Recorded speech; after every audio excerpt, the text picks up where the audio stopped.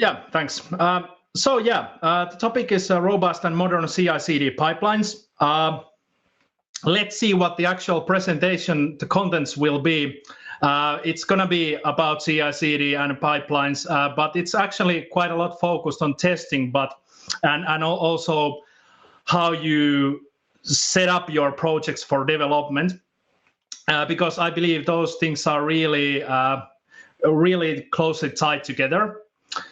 And one thing I have to say, if you're expecting it to have, let's say, some kind of a template that you can just copy paste to your projects to have CI/CD pipeline, that you're not going to get after this talk. So sorry to disappoint you. If you're looking something like that, you may leave this session. But what I'm hoping to deliver is some ideas how to improve your CI/CD setups, how to manage different environments, and how to take different environments into account when setting up CI/CD, and how to really try to get the biggest benefits from testing when setting up CI/CD, and hopefully give you some ideas. And also, this is a bit of a story on a bit of the background and also the current situation and sort of the future vision where I'm going towards in Alma Media with my team. So hopefully you folks can learn things and get some ideas out of this topic. So first things first, pretty much Rolle gave an introduction there already, but as he said, I'm a lead technologist at Alma Media. Also AWS community builder focusing on developer tooling. I've been using serverless since around 2016 or so pretty early on.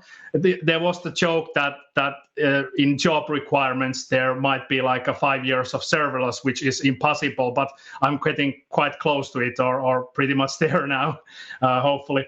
And my programming languages of choice have been Go and TypeScript, but nowadays I'm actually focusing really pretty much using TypeScript only in pretty much everything. So also some of the examples seen in this presentation are written in TypeScript.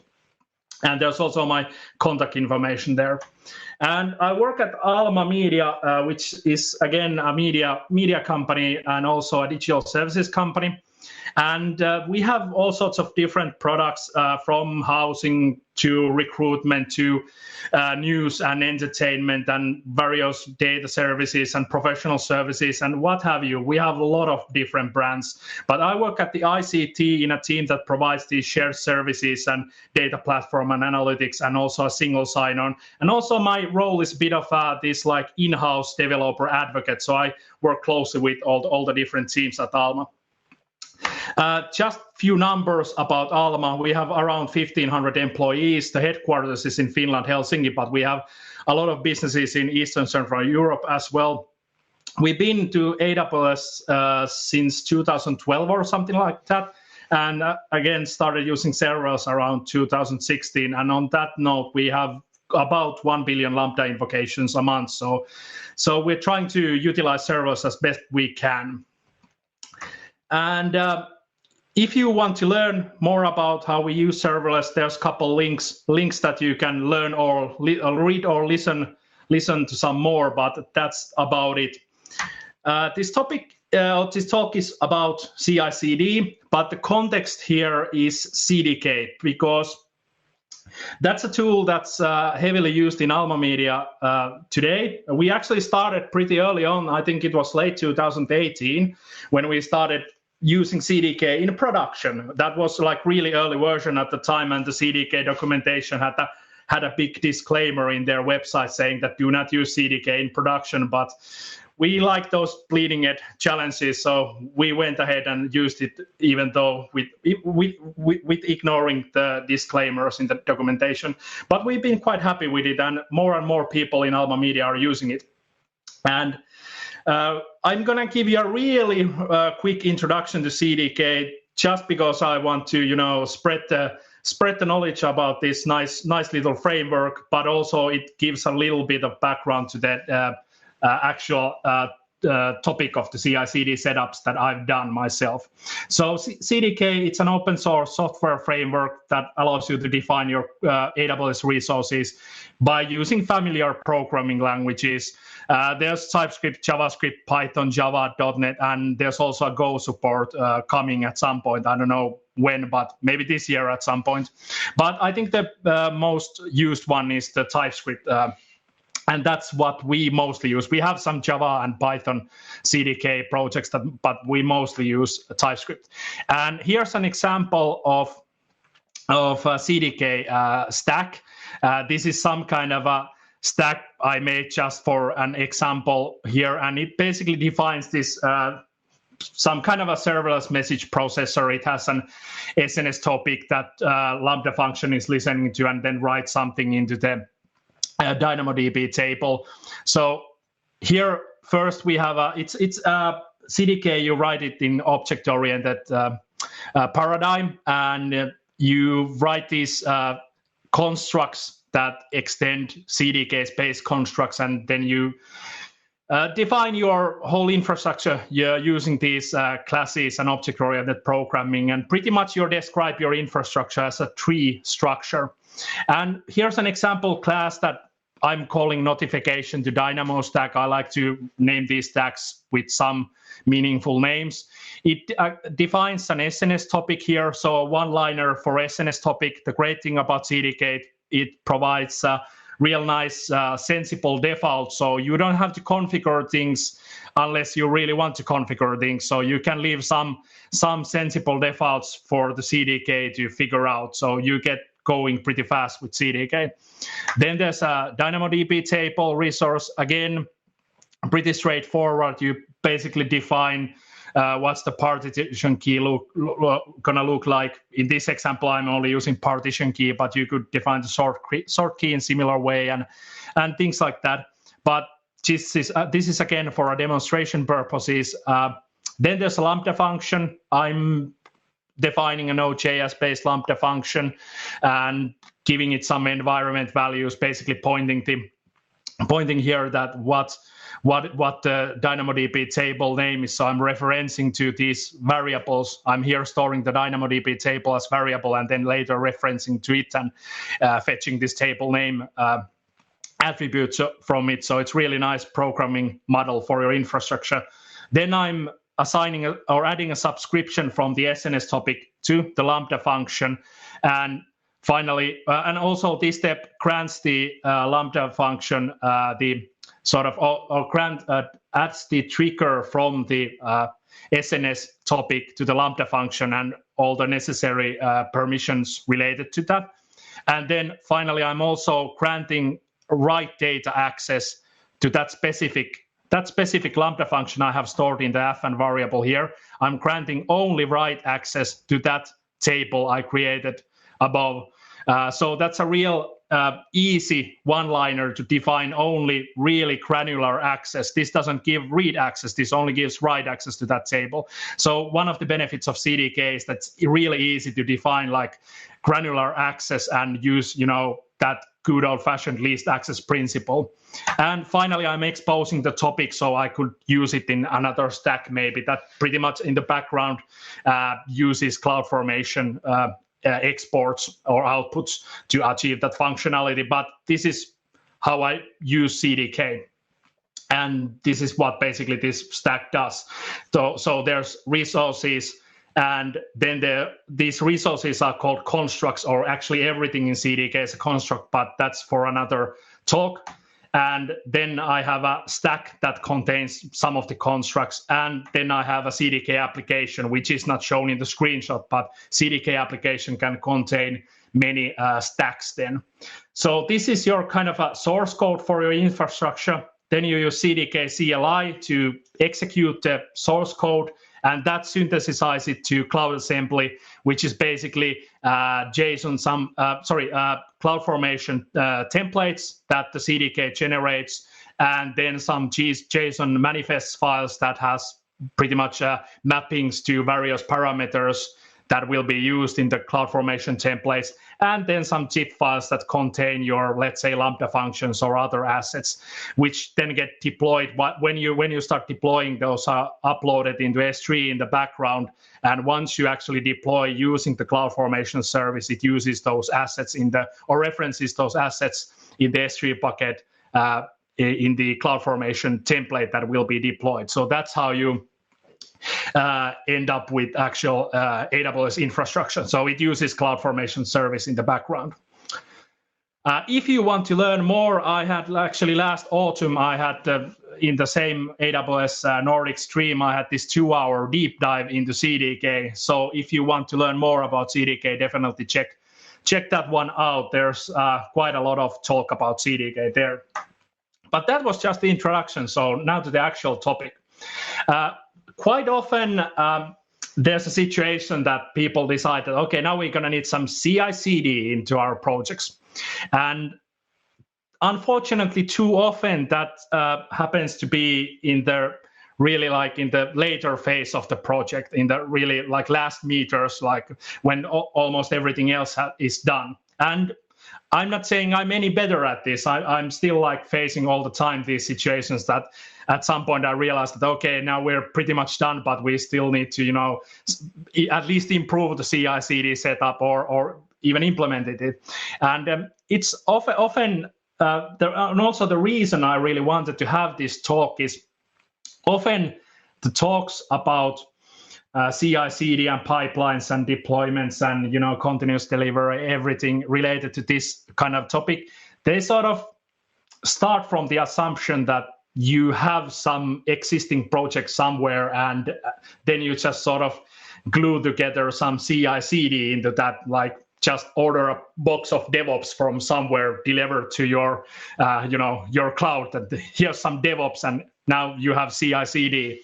That's at least some of the talks I've seen, and it sort of probably is realistic in some sense that, as I said, I've seen quite a lot of in Alma and in other companies and heard from colleagues all over the planet in some sense that there are cases that developers start writing code, then at some point in the timeline they have finished writing that code, and then people, usually some more ops-oriented people, start to look into that, okay, how are we going to actually deliver this to the cloud, and how are we going to set up CI/CDs, and what kind of processes there should be.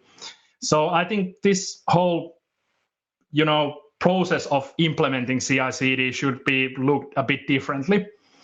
And probably many of you have seen this picture or some variant of this picture. If you Google DevOps loop from Google Images, you're probably going to find a million different variations. And of course, security people will have at the DevSecOps there, the third loop, but let's not, this talk is not going to, if I would include security here, this would take the whole night probably, but let's focus on the DevOps side of things.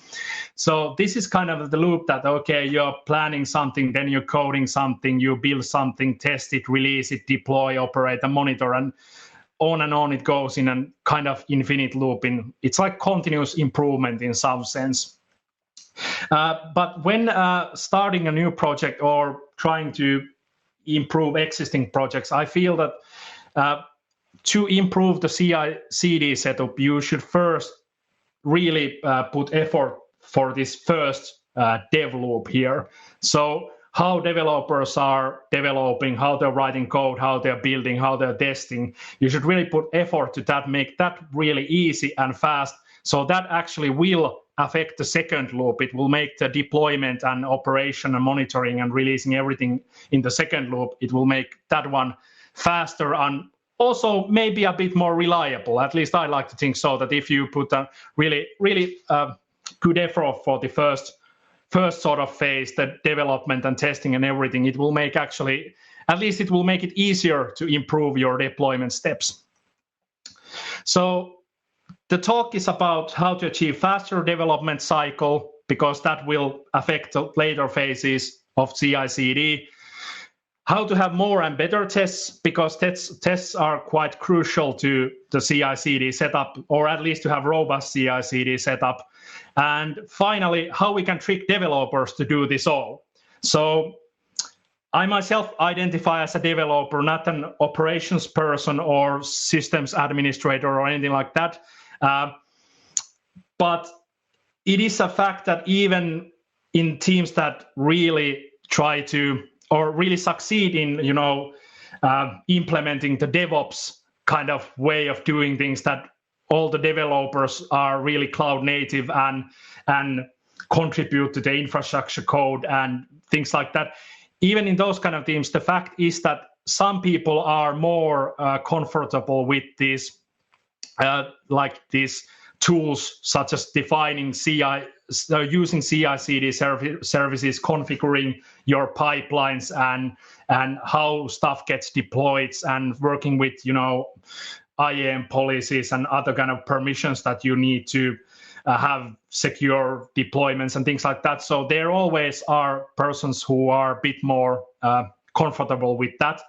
So, and they are usually the ones that end up implementing the CI/CD processes, at least in complex projects in the first place. But what I mean, how to trick developers to do this all, I mean how to provide tooling for the developers that work with the sort of business logic of your projects, and while they're doing it, how they can actually sort of contribute to us better CI/CD pipelines. This is my idea. And this idea isn't anything new. This is like really, really old, like using test-driven development. That's one of the points here, that how you can improve your CI/CD pipelines. And yeah, this isn't at all anyway a new idea, but I've seen many times that TDD is not necessarily ignored, but some of the best, or it's not necessarily utilized in a manner that really benefits all the possible ways that you could improve the CI/CD pipelines or get like better testing and stuff like that there. So I'm going to show some of the things that I've already done in my team or elsewhere in Alma Media, and some things that are still work in progress, but gonna end up there soon, hopefully. And maybe you get some ideas how to use similar kind of things in your projects. So since in my team and many teams in Alma, we're using CDK, and that actually comes with this testing library called CDK Assert, where you can write tests for your infrastructure. I'm actually going to show the CDK Assert a bit later in the presentation, but the key point here is that it's actually based on this popular testing tool called Jest. And basically, my idea is here to test all the things. That's how I nowadays approach any projects. And this is going to be TypeScript specific and Jest specific for the examples, but I'm going to throw in some tips how you would achieve similar things, let's say in Terraform or other tools as well. So a bit about Jest, if this is a new tool for you. So this is actually probably more, I'm not sure, this is just my hunch that this is more popular or known in the in the front-end development world, especially people writing React.js and things like that are familiar with Jest as a testing tool. But it works with any Node.js project, so it doesn't have to be anything specific to front-end or React or anything like that. As I said, CDK uses Jest in its testing tool. So now that if we are using CDK already, so why not use Jest, since Jest is already there, so why not use it for pretty much everything? So we could test our Lambda functions with Jest, we could test our infrastructure code with Jest, and we could then test and validate our systems like after the deployments by using kind of end-to-end testing with Jest as a test runner there. The Jest here, it's really easy example because it pretty much works with all these different scenarios, but you should be able to achieve similar, at least similar-ish testing setup with any other modern technology stack and tooling. But again, it depends a bit of the technology stack and tooling you're using. That at least you probably, in some technology stacks, you probably won't be able to achieve all these things with single tool. So you might have to need different tools, but that's still okay. The important part is that you test a lot and you test often and you test in your CI, which makes your test pipelines a bit more reliable then. So let's start with TDD in Lambda functions. As I said, this talk is supposed to be about CI/CD, but now I'm really going into the, into the part of development that's in the early phase, writing the actual business logic here. But again, as I said, when thinking about CI/CD pipelines, people should really focus on how the development is done, because that affects the CI/CD at later phase. So to some, this might be really familiar situation. To some people might actually have a more robust setups and think this is a bit funny. But I've seen it many times. There's this, like when you're developing Lambda functions, some people go like really cloud native from the get-go, that they don't develop anything in their own machines. But I feel that quite a lot of people, including myself and many of my teammates and a lot of people around the world, still feel that they should be able to write the core business logic, the code, like in their own machine, in their own local machine, without deploying to cloud, to AWS, for example. And that leads to a scenario, if you're working with Lambda functions, that leads to a scenario where you have to somehow execute the Lambda functions locally in your machine. There are tools that actually sort of allow you to execute the Lambda function in AWS, but it looks like you're executing in your own machine. And there are all sorts of variants, but often I've seen people using tools like SAM-CLI.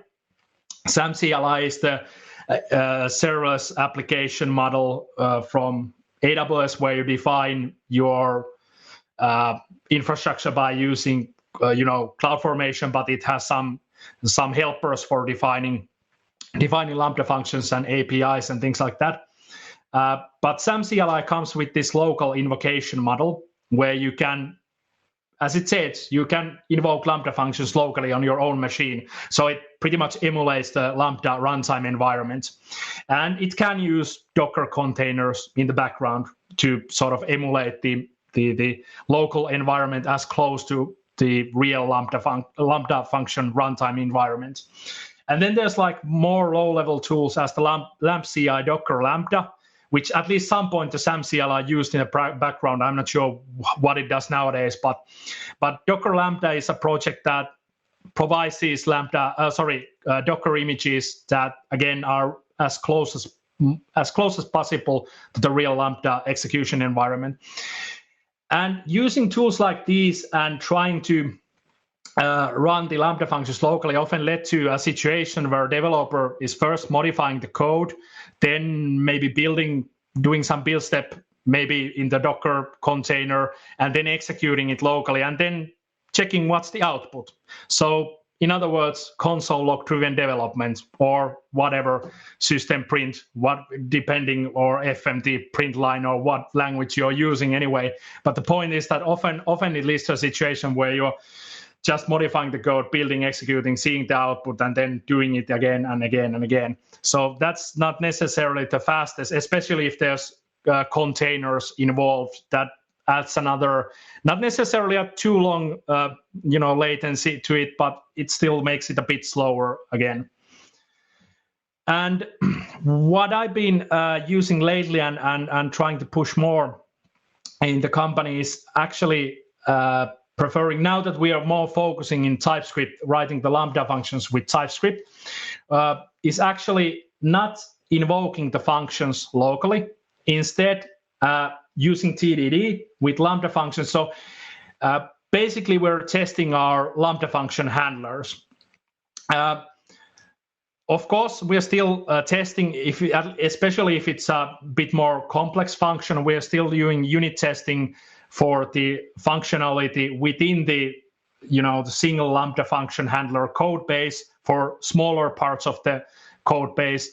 But testing the function handlers is actually, it's quite nice actually, because it sort of emulates the feeling that you're invoking the function locally, but it allows you to do actually much more than just invoke the function locally, like once and then doing some modification, then invoking the function again once locally.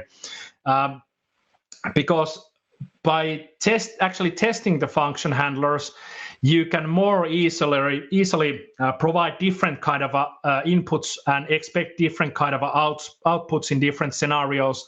You can more easily mock third-party services. So, for example, for databases, when you were developing things totally like locally without testing, just invoking the function, maybe you had a database like in some Docker container locally. Maybe you had a MySQL in Docker locally, or maybe you had the was it Dynamodb or whatever it was called, a Docker container which emulates Dynamodb. Maybe you had things like that running locally.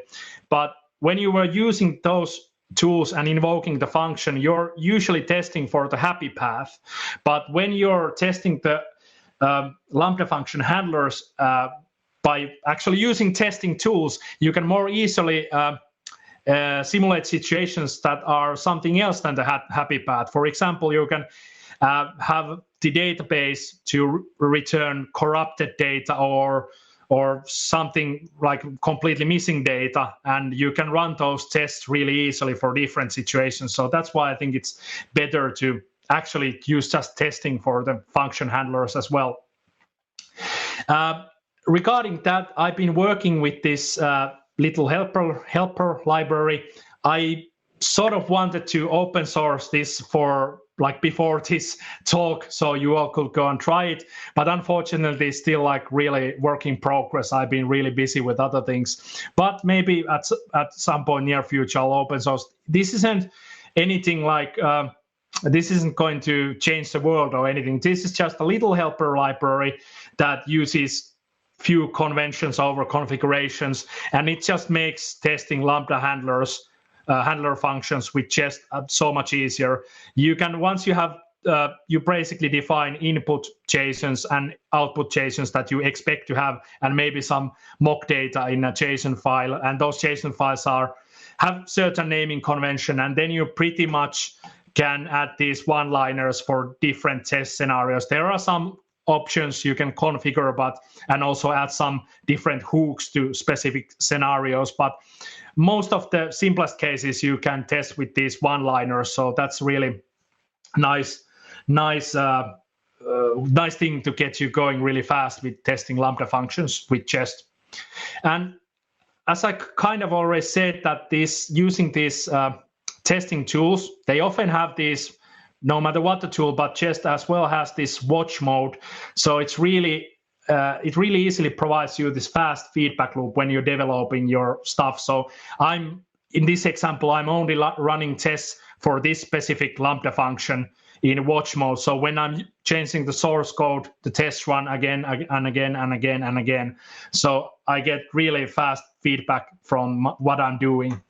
And also, I can easily, this isn't, using debugger. This isn't like, we're living in 2021, so this isn't anything new. But still, as I said, there's a lot of people using console log-driven development. So using Jest for testing, you can attach Visual Studio Code or any other tool to your test process, and then you get the whole, debugger experience. So use that. And this is a great blog post that when you're using the Jest for testing your Lambda functions, it becomes really easy to mock different AWS services in your unit tests. So definitely go read that blog post. That goes to quite a lot of depth that how you can easily achieve that and how you can mock different scenarios such as errors and everything. I was thinking like maybe I should write a blog post, but then about this topic. But then I saw this blog post, and it pretty much covers everything you might want to hear about the subject. So go read that. And about the mocking, as I kind of already said, that it's easy to mock those weird scenarios. For example, that some downstream service like a third-party API is not responding in timely fashion, or you get some weird responses, or not responding at all, or same goes with the AWS services. So using Jest and mocking allows you actually to write better tests than just testing or invoking the functions locally and watching the output and trying to figure things out from there. So that was about the kind of writing tests for the application logic or the Lambda function and things like that. So what about TDD with infrastructure? So let's consider why would you even want to have like testing or TDD for your infrastructure? So if we think about this kind of a serverless application, it doesn't really matter what this does. This is just, I just threw in some AWS icons together. This isn't anything real, but let's say you have some kind of a API that talks to Lambda and Dynamodb. Then you might have some messaging like queues there that Lambda function consumes and then puts in the Dynamodb. And you might have some Lambda destinations putting stuff into event bridge event buses that have DL queues, and then the event bus has some rules that perform all sorts of different things, trigger various other resources. So if we consider something like this, so where's the business logic here? Is it in the Lambda functions? Well, kind of it is, but when you're really using serverless and trying to take the biggest benefit from serverless, the truth actually is that there's quite a lot of business logic in the services, AWS services you actually use, and how you configure them, because that's actually the real point of serverless. It's the point of serverless, I wouldn't say is that write everything in Lambda functions. That's just one part of it. But I think the point of serverless is to sort of kind of outsource much of the pain points and the heavy lifting to AWS. So you don't have to do the heavy lifting. Instead, you focus on achieving some business result. So the reality is that infrastructure is your business logic, at least part of it, or I'd say a really big part of it. So if that's really important in your project, and it's part of your business logic, then you should, and you're using infrastructure as code, then you should treat your infrastructure as any other code, which means that you should lint it or have some static analysis for it, and then you should also test it. That's I think it's really critical. So as I said, CDK has this module called CDK Assert, which allows you to do different kind of testing. It allows you to do snapshot testing, really specific assertions, and then also some validation, like what your infrastructure code is looking like.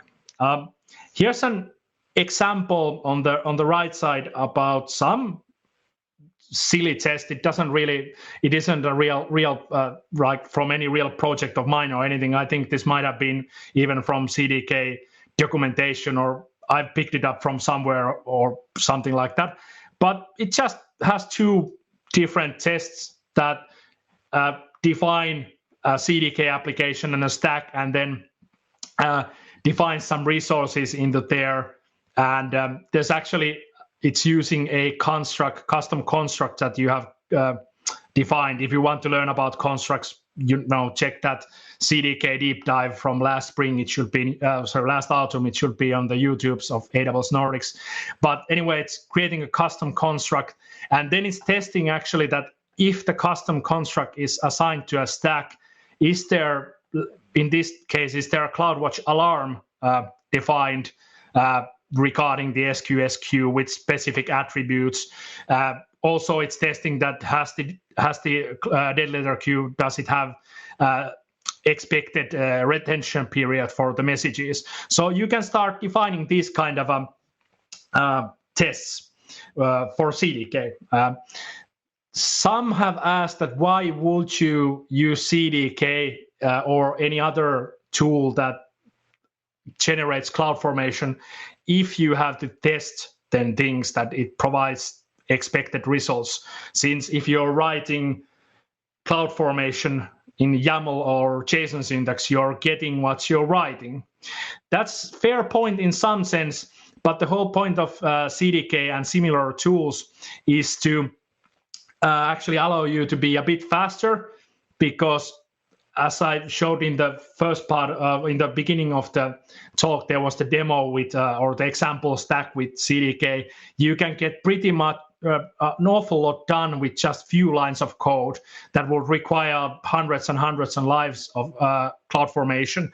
And since it's you can use TypeScript or any other programming language with CDK, you can do, you can use conditionals and looping and all sorts of complex logic there to generate wanted results. That's biggest benefit of CDK. For example, I've done things like event bus client constructs that define cross-account, assume role policies to specific roles, or like define roles that another roles can assume from different accounts, and then they can send specific kind of events to various event buses, and I've wrapped that kind of a logic into one construct, and then I have just a configuration file with different clients that should be able to send those events, and I'm basically looping through the list and creating those quite complex set of resources for each client with just one loop. So and I can have conditionals and what have you. So the power of programming languages, so that gives you a great benefit, but you have to, great power, great responsibility, and so on. So that's why you want to have tests for your code that it provides expected results. So that's where CDK assert comes to. So you can basically unit test your code. If you want to learn more about the CDK assert, besides the unit test or these fine-grained assertions, I've used the unit test really a lot. I checked that specific resources are created with certain kind of properties and so on. So you can do that. You can also do snapshot testing. There are some challenges with snapshot testing. If the code you're using can generate some random strings somewhere, there are some cases where that happens, where that is actually expected. So snapshot testing might be a bit challenging there, but if you're just getting started with CDK, snapshot testing is the easiest way to get started with testing CDK, since it's for first run it creates a snapshot, and on second run it compares the situation to existing snapshot and fails if there are changes. So that's an easy way to get started. And then you can also do validation testing in your constructs and things like that. That's a whole another topic, so go and read about the CDK documentation. That gives a quite nice overview of it. How you would achieve similar things in other tooling? Well, I haven't done this myself, so I can't really give any personal experience. And it's been a while since I used Terraform, but with Terraform, you can write similar kind of tests that you can write tests for your infrastructure code or for your Terraform code by using Go or Go-based tests. So that's one way of doing it. And there's a link if you want to learn more about that. And I think there are similar ways to achieve it with things like Pulumi and other tools like Troposphere and other tooling that basically generate CloudFormation or directly work with AWS APIs. But I think the important one is that if there's a lot of logic in your infrastructure code, then you should test it. So that was testing. But again, if you're using tools such as CDK or any other infrastructure as code tool, you should also use other kind of tooling like linting and validation and guardrails to really to catch the silly mistakes and also prevents people doing like stupid security mistakes and things like that. Some popular ones are with CloudFormation are the CFN lint or the CFN NAG. They do a bit similar things, but a bit different things. You could use both, for example. I'm at the moment using CFN lint only, but I'm thinking that maybe I should also put CFN NAG into the CI pipelines as well, because, well, in sometimes more is better, but not always, but I'll come back to that. Then there's tools like IAM Parliament that can actually check your IAM policies and give fail if there's like a big mistakes, like you're giving too wide access or your policy doesn't make sense or things like that.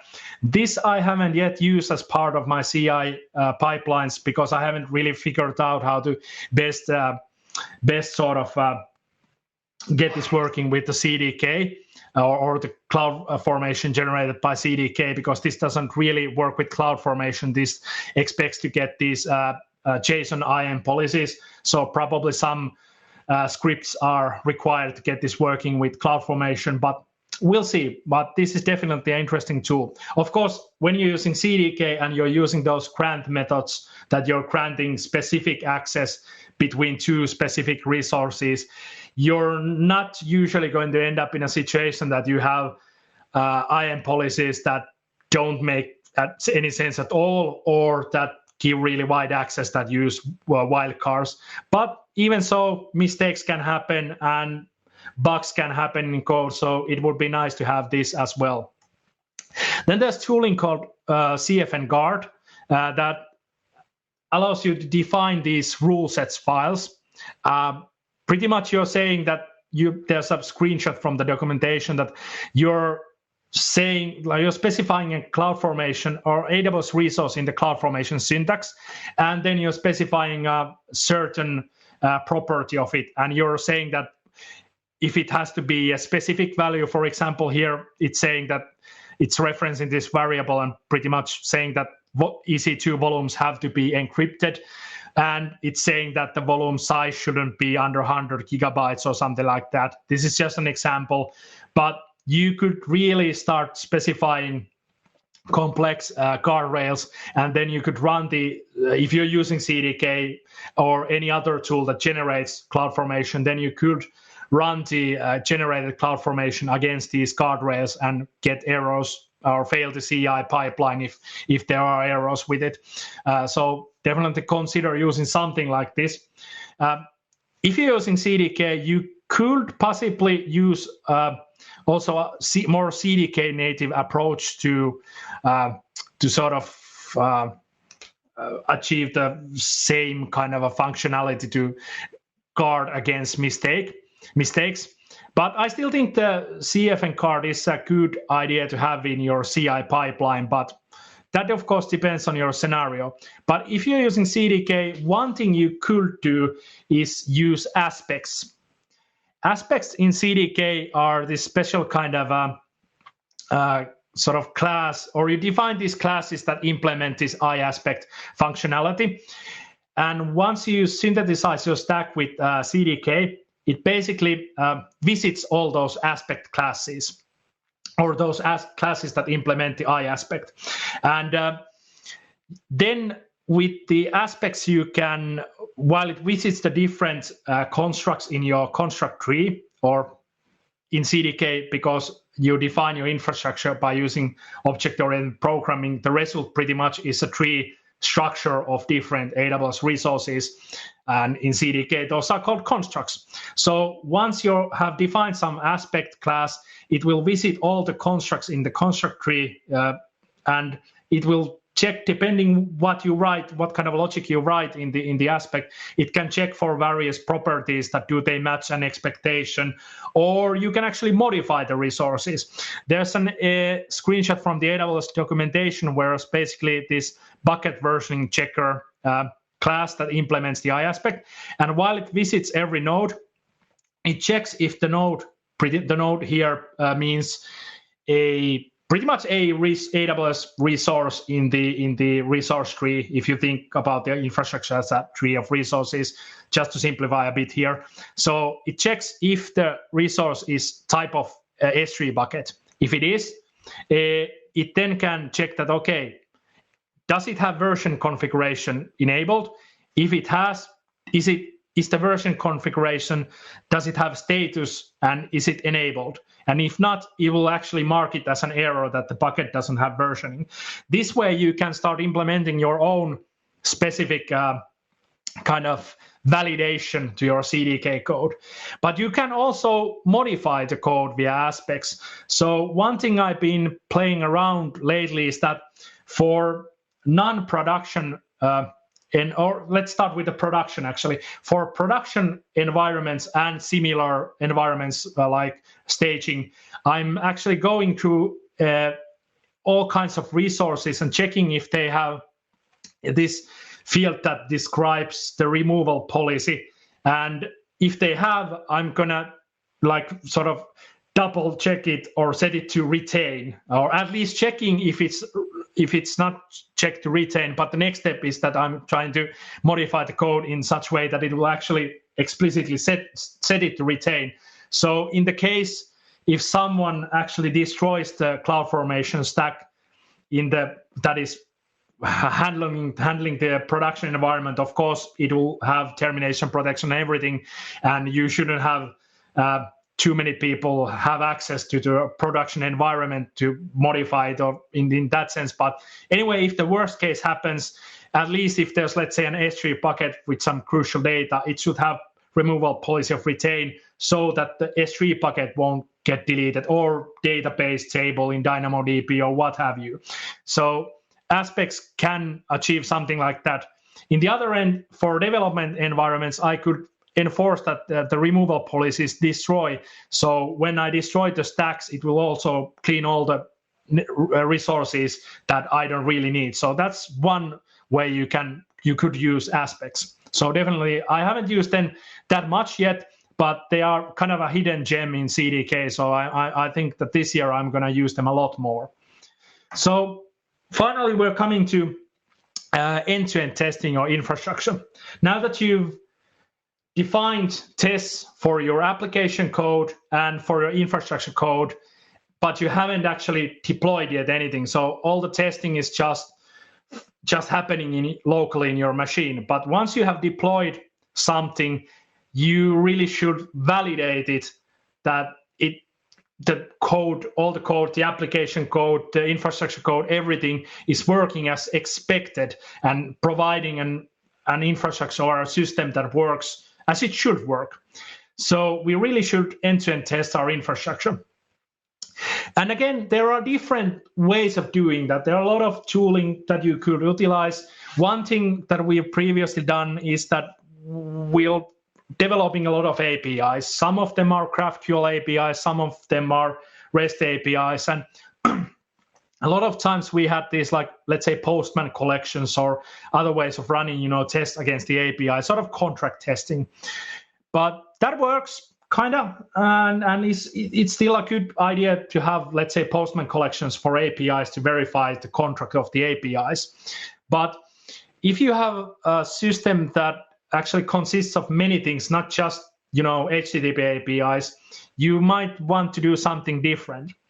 What I've done now is, again, I have Jest in the projects because I'm using Jest to test the application code, and I'm using Jest to test the infrastructure code. But I'm also using Jest now to do end-to-end testing. How I do it pretty much is that the Jest is running the infrastructure tests, and what those tests are doing, they are utilizing AWS SDK, and they are interacting with the AWS resources, either triggering some things or fetching some values from somewhere, or just describing some resources that they exist as expected. But then I'm also using HTTP client. In this example, I'm using GOT because I love everything that Sindre Sorhus does in NPM world. So I think GOT is a nice little HTTP client. So I'm also doing HTTP requests to various APIs, and then I'm tying everything together with Jest. So here's an example of from a project that pretty much consists of Event Bridge Event Bus, to which cross-account, to which different AWS workloads send events from different AWS accounts. So it's a cross-account operation. And then there's then the event triggers Lambda function, and that writes some data to Dynamodb and things like that. And then finally there's a REST API that actually reads from the Dynamodb table and returns some data. So my end-to-end test here actually is that first with AWS SDK, I'm assuming that this doesn't actually show this diagram, but first I'm assuming a previously created type. I could create it with the test as well, like temporary role to some another account, but I'm lazy, so I've done a simple role in another account, and I'm assuming that role or using that role, and then I'm assuming the target role in the account that the event bus exists, and then I'm sending an event to that event bus. After I know the operation from event bus to Lambda function to Dynamodb is usually just tens or hundreds of milliseconds most of the time. Sometimes it can take a little bit more. There might be some few seconds of delay in the delivery of the event and things like that, and things happen. But that's why I do the thing that you shouldn't usually have to do in test, and I sleep. Or basically there's a set timeout kind of effect. But that is really small amount of time. That's just like a couple hundred milliseconds just to ensure that, or was it like maybe a half a second? So I'm just basically ensuring that the event will be processed. Once it's processed, I'm checking from Dynamodb that it exists in the Dynamodb. And after that, I'm using the HTTP client to actually, or before I even, actually it's not drawn here, but before I even do the HTTP call, I'm using the AWS SDK to fetch the API key or the API key value for my tests from the account. And then using that API key, I'm doing a REST API query or REST operation to get the specific data I previously sent to that Dynamodb table, and then I'm doing expectation that does the returned data from the API match what I kind of sent before, or what is my expectation. So this is a really nice way to achieve end-to-end testing to any kind of a system that lives in AWS, because with the AWS SDK you can do a lot of things. You can do a lot of things with it. And oftentimes you have some kind of APIs where they REST APIs or GraphQL or gRPC or what have you. Then you just, throw in some HTTP client and start sending events or describing resources or querying the APIs and what have you. So you can get pretty much done with the combination of just AWS SDKs and some HTTP clients. Then you might wonder that if we go back to this still a while, you might wonder that, okay, how does the SDK know that for example, what API key to fetch from API gateway? Because you have to fetch the API keys by API key ID, or to which event bus to send the information, or from which Dynamodb you can read values. You can solve some of these challenges by using naming convention that you control. And of course, I have pretty strict naming conventions. I have a whole CDK library or CDK construct that only takes care of naming conventions. So everything I do with CDK has a strict naming convention that matches my or my team's preference. But even so, there are some things that AWS generates IDs and things like that you can't really know beforehand. So how you can use those in the end-to-end tests? What I've done with CDK is that once you deploy something with CDK, so here's the CLI command CDK deploy, and there might be some parameters, of course, but I've kept it simple. Once you deploy something, you can specify this outputs file parameter, and then to which file you want to point the outputs, and that will print JSON into that file. And what the JSON will contain, it will contain information about your whole CDK application.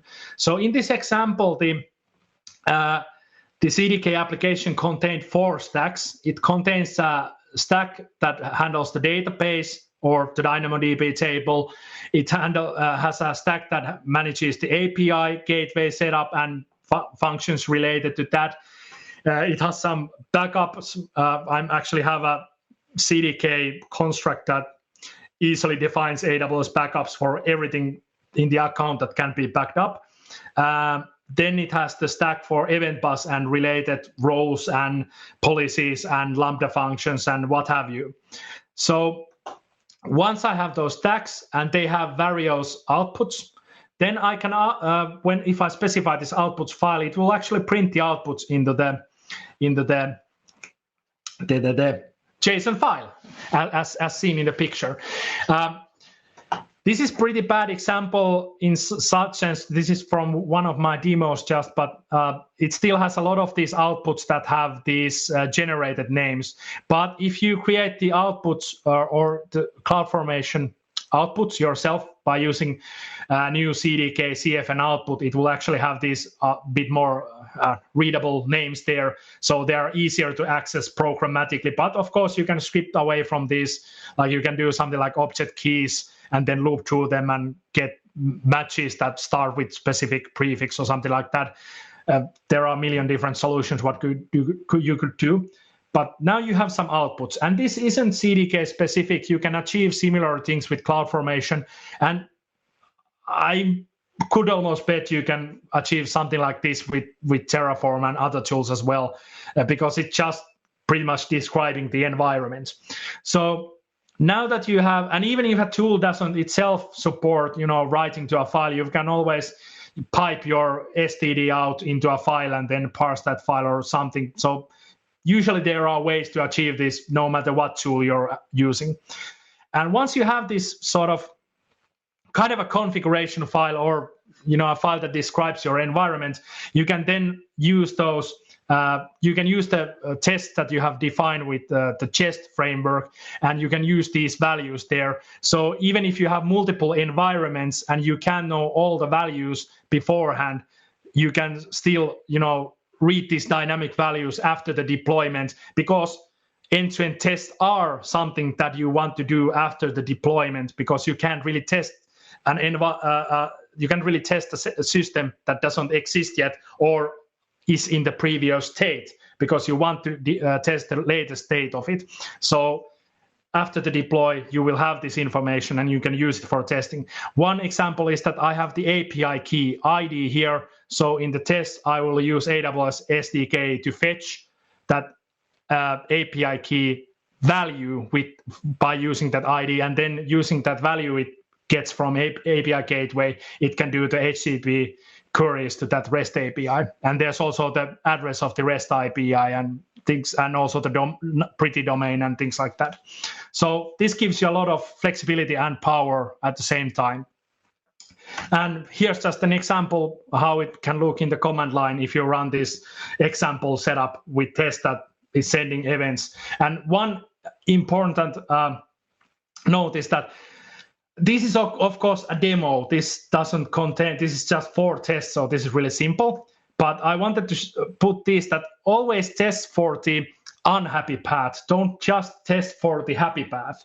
So this is a real world learning from me, that I was doing a system and I didn't have the tests for like when the HTTP client is querying the REST API without API key or with invalid API key. And there was a situation actually that the system was, for a short time, it was exposed to there was a misconfiguration. So in other words, I fucked up, pardon my French, but that was pretty much the situation, that I messed things up. And for a while, the system was open to the world without API key authentication.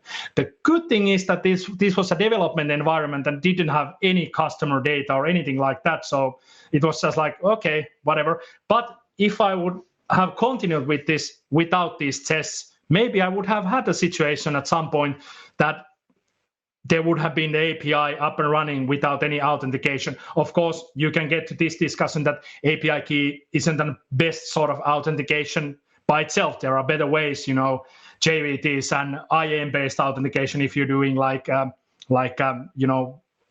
integrating things that live in different database accounts and things like that. But that's another topic. But the point is, always test, even with the end-to-end tests, ensure that those unhappy situations aren't doable. So that's why I wrote these tests, that I'm trying to do an API request without an API key, and then also an API request with an invalid API key, and those scenarios should fail. So always write tests for these kind of bad situations. And actually, this slide has Finnish content, so I'm really sorry for any of you other Scandinavians there, but I just noticed it. This was a slide from another internal presentation I've done, and you've probably seen this elsewhere, so I don't really have to don't have to translate this. But the whole point is that when you're testing things, no matter was it application code or infrastructure code or end-to-end testing, whatever, you should always think about the testing pyramid. There are, again, a million different variants of this, but the whole point is that you should have the most, the less expensive things like linting and static analysis. You should have most of those. So in TypeScript world, think of ESLint and also kind of prettier, although that's more like formatting, but then CFNlint and other tools like that for CloudFormation. Then you should have somewhat a lot unit testing, then some integration or snapshot testing, depending. This a bit depends how you want to define different kind of testing. Then some end-to-end testing, and the last step should be to have some manual testing. So you're testing everything seems to work, but that should be really the minimal effort done to that. So try to automate everything that is cheap to automate and build from that. So now we're done with testing in some sense. Then we are sort of heading towards how we're actually deploying these things. And before I go to the deployment itself, there's a thing I want to talk about different environments. So having multiple environments increase confidence. This is a situation that many of us have, myself included. I still have these accounts that are mostly old accounts, but they are like these big accounts. Sometimes I could call them legacy accounts, that when we are starting with AWS, we created like these unit or team specific accounts that have many different products. And they were great, but nowadays there's more best practices on splitting things to different accounts. And the reality with these kind of accounts is that the resources are all over the place, so you don't necessarily know what belongs to what product and so on. So trying to manage this, it's better to organize things. Instead of putting them in the one account, you might consider doing the most logical thing and putting each product in the different account. That's the kind of the first step. And now you're already in a lot better situation than in the previous slide. The next, of course, when you're doing this, you have to think about, in the previous setup, you might have had shared VPCs for everything and things like that. But when you're doing multiple accounts, you need to think about that all the accounts have VPCs and direct connections and these kind of resources. Of course, depending on your needs. If you're doing fully serverless cloud native things and using only things like Dynamo and no VPC resources, then of course you don't need VPCs or direct connects. But anyway, just something you need to think about if you have VPC resources. But now let's look at one product. In this setup, there's actually one account and all environments are in the same account. So different environments might have an effect for, let's say, a staging environment might have an effect on production environment. The worst case scenario with serverless applications could be that you have some kind of a misconfiguration and your Lambda functions are running in an infinite loop, hopefully not, because that would be costly as well. But let's think about the situation that Lambda functions are running in an infinite loop in some staging or development environment. That would actually eat the concurrency limit of the whole account, and that would affect your production workload as well. That's just one example. There are other things that you might accidentally hit some account limits with different environments affecting other environments. So to tackle that, of course, there are other ways to do it as well, but the most logical and I think the cleanest solution is to have a separate account, at least for the production workloads. I know there are people that will have different accounts for every environment, but personally, I think that's a bit of an overkill. I like this 2-account or maybe at max 3-account setup, but that's another story. But when you're using accounts to sort of isolate things, that's nice. You have a production environment, isolated, separated account, and development environments in another account, so they can't really touch each other and mess each other up. This doesn't mean that you have to have only 2 environments, that if you have 2 accounts. As I said, I believe that you can have multiple environments in one account, but of course this depends on how you want to set up things. But at least you need to have 1 environment per account, otherwise that wouldn't make any sense. So I personally have at least production and staging environments per account, but there usually are quite a lot of more different kind of environments in the account. I use these preview environments, sometimes called feature environments, but I like to call them preview because that might not be a new feature. That might be also a bug fix or something. So for a new thing, we can create a new environment by using some automation into CI.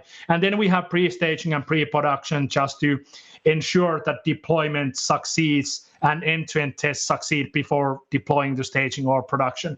So if we're looking at like from the setup from the point of deployment, it goes something like this, that, okay, we have this development environment, but that's only used usually for some initial setup. When you're starting a new project, you're deploying everything to development environment.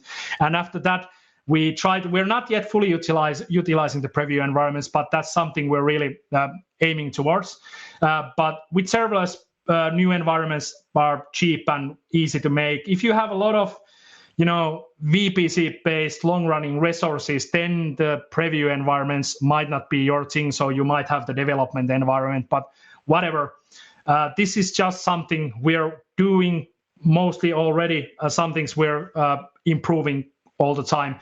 So the preview environments, we have automation that if the Git branch name has a prefix of preview / it will create this new environment. Once it's, finish the feature and it's reviewed and the pull request is in Git is merged into main or master, then it triggers the CI triggers automatically new deployment that first deploys to pre-staging. Not all projects have this pre-staging, but more and more projects will have this. And once the pre-staging deployment is done and end-to-end tests are succeeded, then it will actually deploy to staging. And if we trigger a production deployment, which we do by using GitHub releases. So we do a Semver tag Git, basically a Git tag that has a Semver version number. So in other words, a tag release. So that will trigger pre-production deployment. And if that succeeds with end-to-end tests, it will actually deploy to production. That's how we get stuff to production. And some might wonder why we have this pre-staging and pre-production. The idea is just, as I said, to really verify that a deployment can and should succeed and the end-to-end tests succeed before even trying to deploy to staging or to production. So that's why we have these pre-environments, because internally, some of Alma's teams are integrating to both our production and staging, because staging is the sort of latest table. It reflects what are the upcoming changes to production. So some of the teams in Alma want to integrate to these are staging environments, sort of in their dev or QA or staging environments, to ensure that the upcoming changes to some of my team's product won't break once they go to production. So that's why we have quite a lot of different environments. Here's an overly complex graph. I won't go through it. This is just all the possible scenarios shown in a Git timeline. Maybe once this session is recorded and shared, you can look this in more detail. But this pretty much describes the previous process from the point of using Git, because Git and GitHub is the sort of tooling where we control when different kind of things happen in our CI.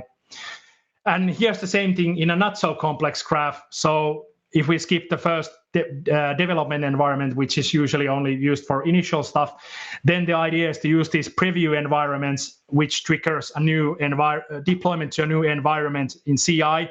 And also I'm working for a CDK construct that will actually clean those preview environments if there's no updates happen to them in, let's say, 2 weeks or 1 week, depending how you configure things. That's one thing I might be open sourcing at some point, but let's see when I have the time. But the main thing is that main or master branch reflects always the latest stable features, and that's always gets automatically deployed to staging. And then once we trigger a release, that will end up to a production deployment. And what happens in the CI service? I said that I will show some examples with GitHub Actions, but I decided that that's going to go a bit, that would take quite a lot of time to go through it like step by step. And I know that there are people using different kind of CI setups. So I feel that the overall process is more important here, not the specific syntax of each service, because you can achieve these kind of setups in no matter do you use GitHub Actions or Travis CI or Circle CI or AWS Code Pipeline or what have you. You can usually achieve, or probably even with Jenkins, I'm not sure, but maybe.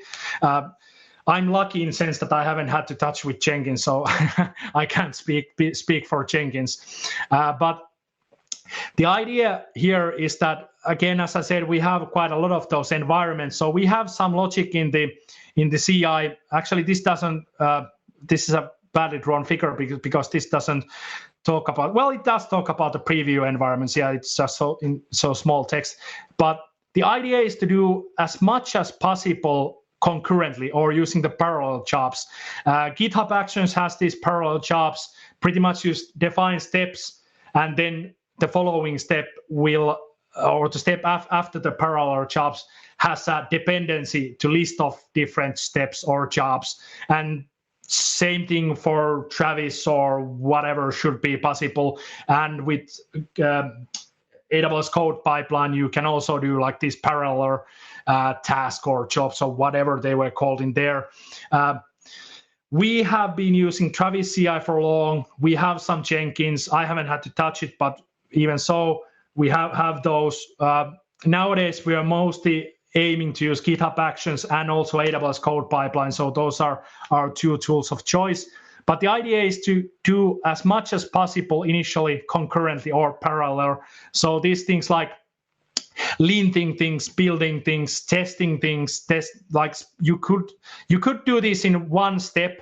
But when you start to have more and more tests, it starts to sort of take more time for single test suite. So if you have things in sequence, so sequential jobs, or even if it's within a single job, just different steps, it might start to take quite a lot of time. It depends what kind of setups you have, but I prefer if you have a lot of tests, a lot of different these kind of steps, try to do as much possible in parallel if possible, because that will shorten the time that your CI builds will do. And also you should probably fail fast so you don't spend time on the CI if anyway something is failing. So you probably are going to fix things locally first and then continue pushing that to your version control and triggering CI from there. Once all these parallel jobs have been achieved, we're basically checking that, okay, is this a targeting either staging or production? If it is targeting, we're first deploying to those pre-staging or pre-production environments.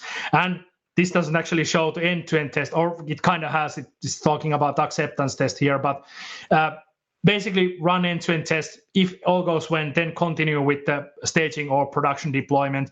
If it's not targeting staging or production, it pretty much is development or preview environment. It just continues, and that's it. This is kind of how it looks in a high level in the CI.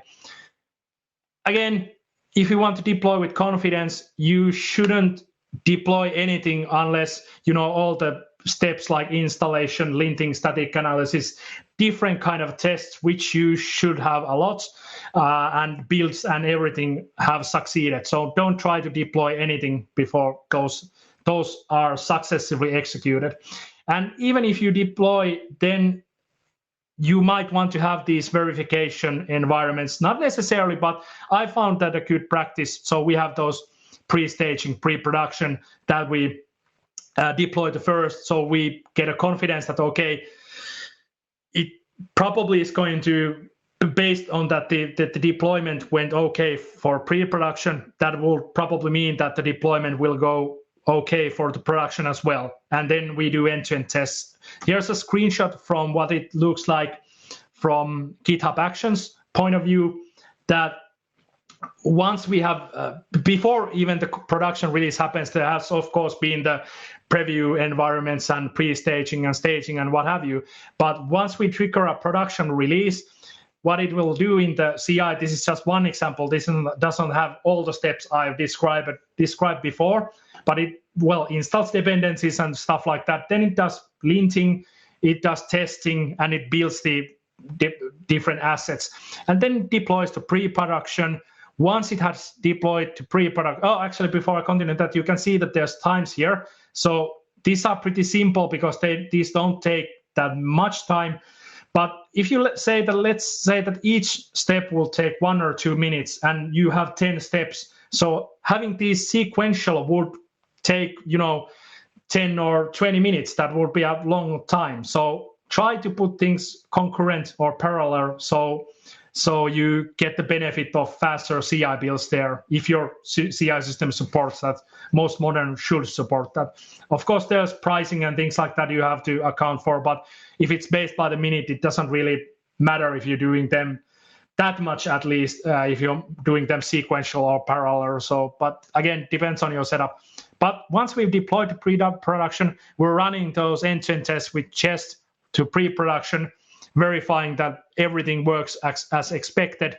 And if it does, then we're continuing with the production deployment. And even after production deployment, we want to do end-to-end testing to figure out that everything went there correctly. So that was just that. Prefer concurrent tasks as much as possible to keep the CI job time low. And that was pretty much it. I know I went a bit overtime in some sense because I said it would be a 1-hour session, but I noticed that the meetup session was 2 hours, and usually this is a topic that interests people. So since I was the only speaker, I took the liberty to go a bit overtime there. I know it was a mixed bag of various tips and information, and kind of a story how I've ended up in my current situation and what I'm doing now and what I'm planning next. So thank you a lot. Go and deploy with confidence, and hopefully this gave you some ideas.